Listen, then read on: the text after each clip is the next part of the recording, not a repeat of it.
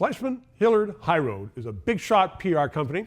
John Capobianco is a big shot with that company, and he's also a big shot conservative. He joins me right now because we are in the summer of the election campaign to elect a new leader of the Conservative Party. And I want to know what's going on. So I put that question to you. Memberships have been cut off. Is that correct? Yes. Usually it's selling memberships up to the very end, but this is different there. So there's no new members of the party.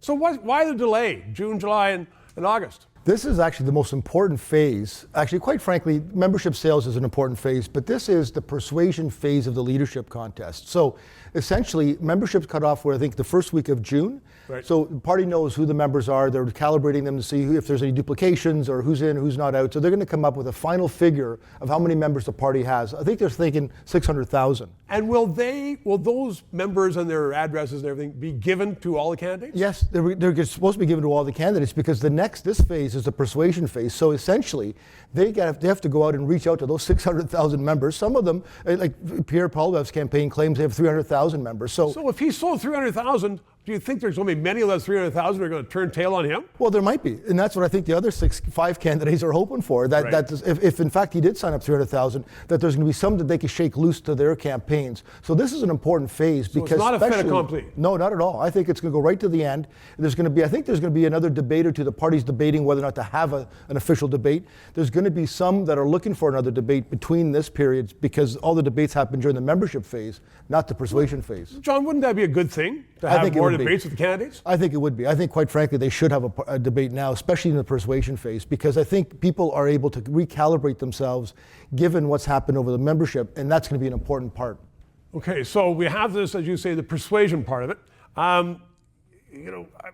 It looks, though, like Poilievre has it, but you're saying that's not the case. No, I think, we've seen that in front runners in previous leadership campaigns have never won, so there's always that challenge from that perspective, but I think from this end, it's going to be one where right to the end, I suspect.